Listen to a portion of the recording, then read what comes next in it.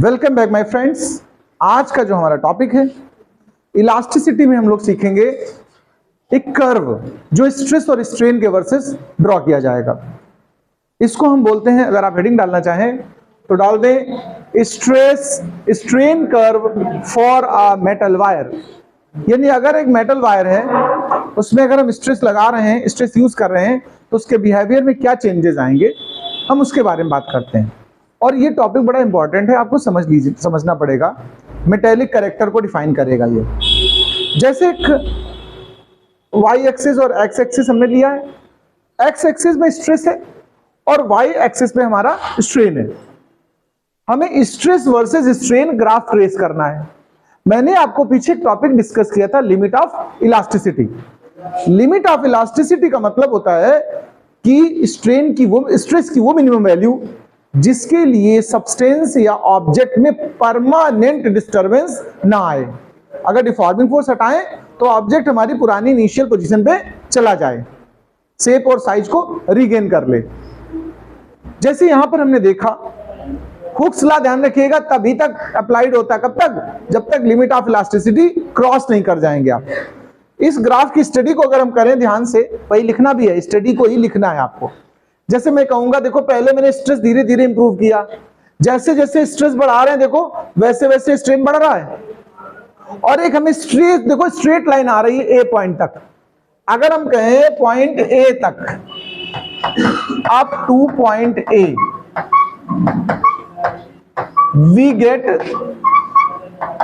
अ straight line. ध्यान से सुनना, दैट इज ओ ए। आप देखो ग्राफ में भी देख सकते हो इस बात को, ओ से ए तक एक स्ट्रेट लाइन है कि नहीं है? ये क्यों है उसका रीजन सुनिए। क्या आप लोग स्ट्रेट लाइन का फॉर्मूला जानते हैं? किसी ने स्ट्रेट लाइन का फॉर्मूला कभी सुना है? स्ट्रेट लाइन का फॉर्मूला होता है y is equal to m x plus c. सुना कि नहीं सुना? इस तरह की जो इक्वेशंस होती हैं वो होती हैं स्ट्रेट लाइन की। सी बताता है कि y एक्सिस पे इंटरसेप्ट क्या बन रहा है। अगर सी की वैल्यू 0 हो कभी, इसका मतलब वो लाइन ओरिजिन से पास हो रहा है। तो देखिए, अगर हुक्स लॉ के अकॉर्डिंग अगर हम बात करें तो उसमें फॉर्मूला होता है E is equal to stress by strain. यही तो हुक्स लॉ है। देखो तो यहां से स्ट्रेस अगर हम बनाएं, देखो ध्यान दें, stress is equal to E into strain. हुआ कि नहीं हुआ बताओ? अगर E को हम M की तरह इमेजिन करें, किसकी तरह? तो एक Y एक M एक X, या एक X एक Y, मतलब एक X एक M और एक Y। तो ये स्ट्रेट लाइन बन रहा कि नहीं बन रहा है? इससे ये बात पता चलती है कि अगर हम लिमिट के अंदर स्ट्रेस अप्लाई कर रहे हैं तो हमें स्ट्रेस वर्सेस स्ट्रेन क्या मिलेगी? स्ट्रेट लाइन मिलेगी, जो कि आपके सामने O से A तक रिप्रेजेंट किया गया है। OA लाइन हमारी क्या बता रही? Elastic behaviour. ये लिखा जो हमने है यहां पर, क्या लिखा? इलास्टिक, ऊपर लिख दिया बिहेवियर। मतलब ये पूरी लाइन के ऊपर आप लिख सकते हो O से लेकर A तक इसका बिहेवियर कैसा है? OA represent elastic behaviour. आप ऐसे कह सकते हो, OA रिप्रेजेंट इलास्टिक बिहेवियर।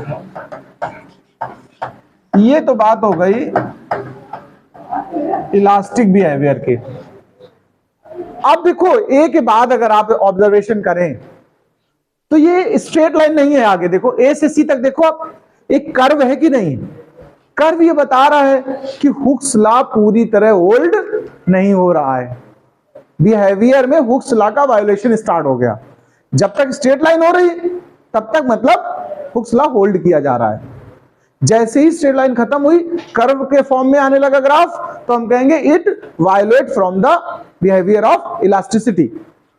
लेकिन थोड़ी देर तक अगर, जैसे बी पॉइंट है, इसको यील्ड पॉइंट कहते हैं। क्या कहते हैं? यील्ड पॉइंट या वार्निंग पॉइंट समझ लो। अगर आप बी पॉइंट तक भी स्ट्रेस बढ़ाते बढ़ाते इस सामने तक ले गए, देखो आप इसको मैं डॉट डॉट करके बताना चाहता हूं, जगह देखो इस पॉइंट पर अगर आप अभी यहां तक स्ट्रेस की वैल्यू ये है कि नहीं बताओ? देखो हमारा एक्चुअल जो इलास्टिक बिहेवियर था वो इस जगह तक था, इस सामने ए पॉइंट तक। ए पॉइंट तक तो एग्जैक्ट इलास्टिक है और हुक्स लॉ भी होल्ड है। दोनों बातें हैं, elastic behaviour and Hooke's law.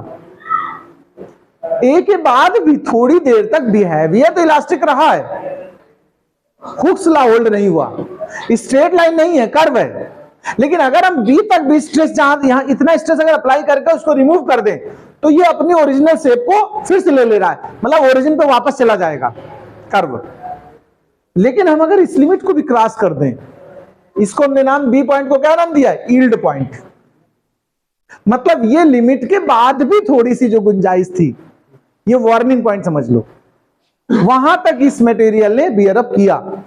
फिर लेकिन अगर और आपने बढ़ा दिया, देखो स्ट्रेस बढ़ाते जा रहे हैं, इधर बढ़ने का मतलब स्ट्रेस इंप्रूव हो रहा है, स्ट्रेस बढ़ाया तो देखो स्ट्रेन पे ज्यादा असर नहीं आया। लेकिन अगर आपने सी के सामने तक बढ़ा दिया, देखो स्ट्रेस की इस वैल्यू पर अगर आप पहुंच गए, तो अब ये वापस कर्व ओ पे नहीं बैक होगा। अगर हम इतना स्ट्रेस लगा के कर्व को दोबारा ट्रेस करें तो हमें नई लाइन मिलेगी, वो कौन सी होगी? O dash C. क्या मिलेगी? तो यहां पर हम बोलेंगे पॉइंट बी इज, ये स्टडी लिखता जाना, उस साथ साथ में सुनते जाइए, समझते जाइए। Point B is yield point. इस पॉइंट की कंडीशन क्या है? Hooke's law does not hold but elastic nature remains. Here Hooke's law does not hold but elastic behavior remains। अभी भी इलास्टिक बिहेवियर है।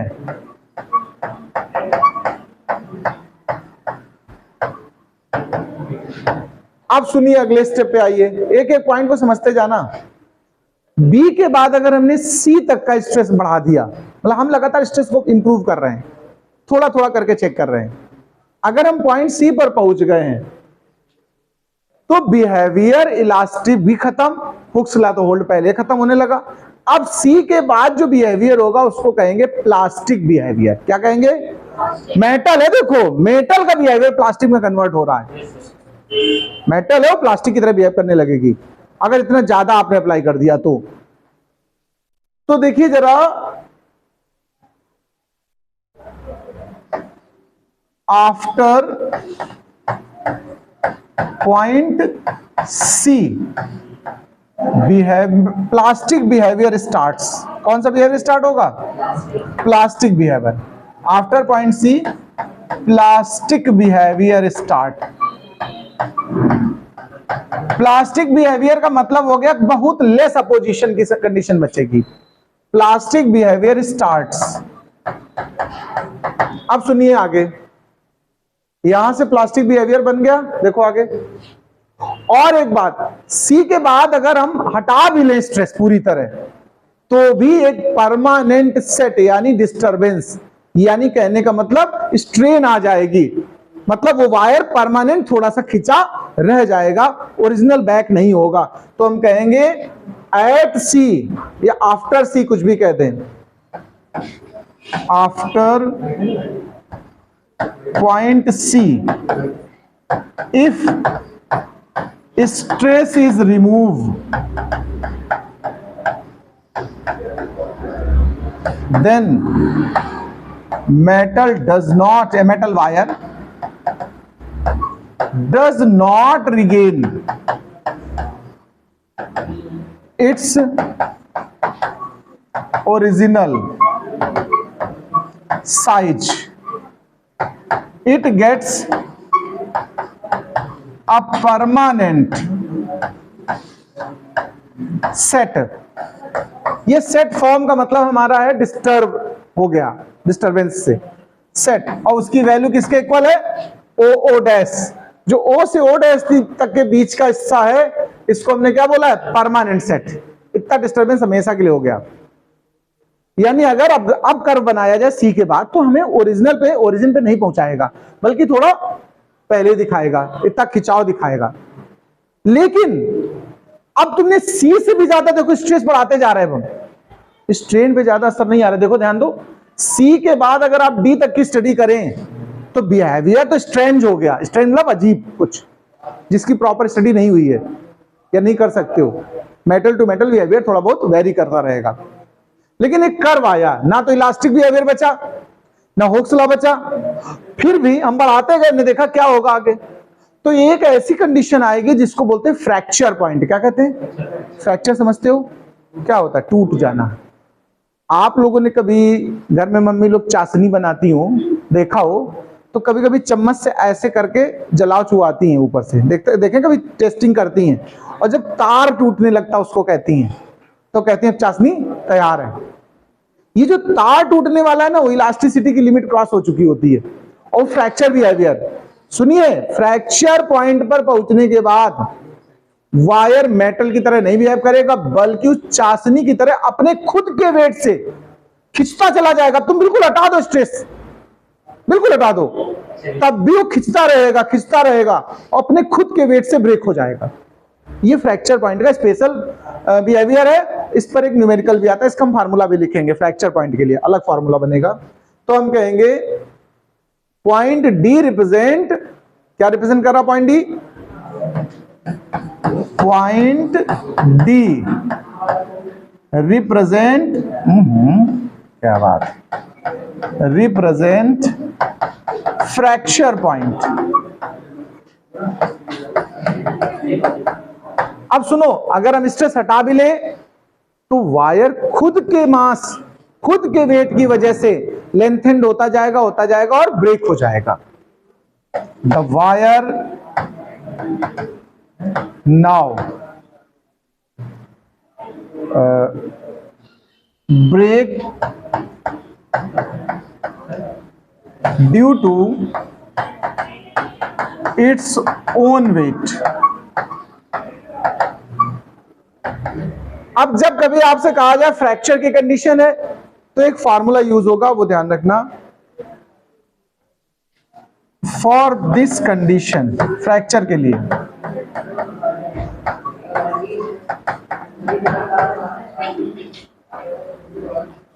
रो जी एल, जो स्ट्रेस होगा वो किसके इक्वल आ जाएगा? रो जी एल के। ये फॉर्मूला यूज करेंगे हम लोग। ये पूरा नोट कर लीजिए, बिहेवियर खत्म हुआ आपका। ये जो रो जी एल है ना, इसको हम लोग एक्चुअल में अलग अलग नाम से पहचाना जाएगा। ये ब्रेकिंग स्ट्रेस भी है, अल्टीमेट स्ट्रेंथ भी बोलते हैं वायर की, और इसको टेंसाइल स्ट्रेस या टेंसाइल स्ट्रेंथ भी कहते हैं। इसके नाम सुन ले क्या क्या है। एक तो नाम यही है कि ब्रेकिंग स्ट्रेस, क्या कहते हैं इसको? अगर कभी ब्रेकिंग स्ट्रेस से रिलेटेड क्वेश्चन आए तो फार्मूला आपको क्या यूज करना है? रो जी एल। रो क्या है? डेंसिटी। रो है क्या यहां पर? रो क्या है? डेंसिटी ऑफ मेटल है। जी तो आप जानते हो भाई, एक्सेलरेशन ड्यू टू ग्रेविटी है, और एल क्या हो गई? लेंथ है वायर की। ब्रेकिंग स्ट्रेस के अलावा इसका नाम क्या है वो भी जान ले। इसको बोलते हैं अल्टीमेट स्ट्रेंथ। ब्रेकिंग स्ट्रेस का ही दूसरा नाम क्या है? अल्टीमेट स्ट्रेंथ और यूटेंसाइल स्ट्रेंथ। ये सब नाम इसलिए जान लो, न्यूमेरिकल प्रॉब्लम में पता नहीं किस नाम से आपसे डिस्कस करने को कहा है, नोट करिए। स्ट्रेंथ है ये वो बाय द वे मेट है, नेट लिख गया है। आप इसको अल्टीमेट गोल होता है ना, वो अल्टीमेटली जो होता है।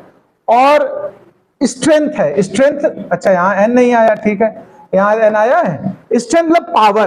देखो अल्टीमेटली स्ट्रेंथ का मतलब समझना भाई। वायर सबने यूज किए कहीं, जैसे क्रेन वगैरह में देखो स्टील की वो स्ट्रिंग्स यूज की जाती हैं। क्रेन वगैरह में सामान उठाने के लिए क्या यूज किया जाता है? स्टील की बनी हुई रस्सियां इस्तेमाल की जाती हैं। क्यों? स्टील का यंग मॉडुलस काफी ज्यादा होता है कॉपर एल्यूमिनियम के कंपैरिजन में, तो हम लोग वहां स्टील यूज करते हैं। तो कितना ज्यादा वायर का स्ट्रेंथ बना है वो डिफाइन करता है ये, ठीक है। दूसरी एक बात और, ये थोड़ा चेंज कराया ग्राफ में, इसमें थोड़ा सा चेंज कर लीजिएगा। ये हमारा जो एक्स एक्सिस है इसको स्ट्रेन से रिप्रेजेंट करें, किससे? और वाई एक्सिस को स्ट्रेस से। उसका रीजन बता दें, इस इक्वेशन पे जरा ध्यान देना। हमने भी बोला था y is equal to mx plus c. हम इससे कंपेयर करें तो वाई एक्सिस पे हमारा इस फॉर्मूले में क्या जा रहा है बताओ? हुक्स लॉ में स्ट्रेस जा रहा है कि नहीं जा रहा है? और एक्स एक्सिस पे कौन जा रहा है? स्ट्रेन। अगर हम स्ट्रेट लाइन से कंपैरिजन करेंगे तो हमारा ये फॉर्मूला बताता है कि स्ट्रेस हमारा कहां होना चाहिए? वाई एक्सिस पे, और स्ट्रेन कहां होना चाहिए? एक्स एक्सिस पे। तो बस इस चीज को चेंज कर लेना। और ये जो डॉटेड वाली लाइंस बनाई थी केवल एक्सप्लेन करने के लिए थी, इनको बनाने की नीड नहीं है आपको। मेन डायग्राम का ये पार्ट नहीं है, ठीक है, सिर्फ इतना हिस्सा डायग्राम का पार्ट रहेगा। बात बाकी आप नोट कर लीजिए, ठीक है।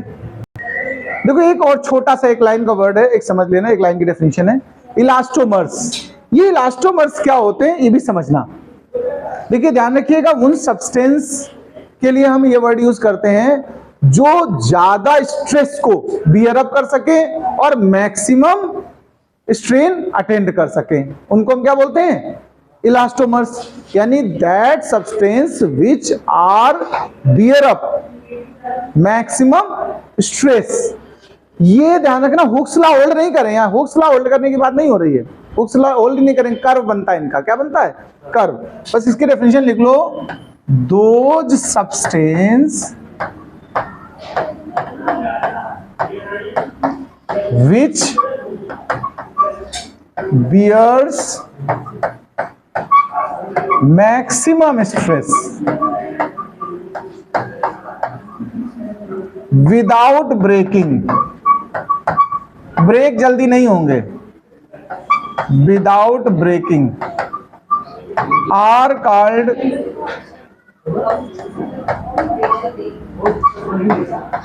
इलास्टोमर्स।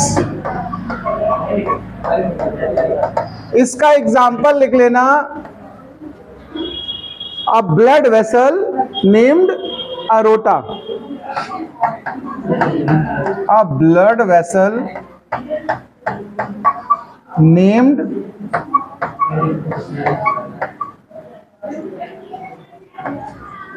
अरोटा, ओ से स्पेलिंग है इसकी, named aorta, which is the best example. Aorta is elastomers, यानी हमारी मसल्स भी इलास्टिक होती हैं एक तरीके से।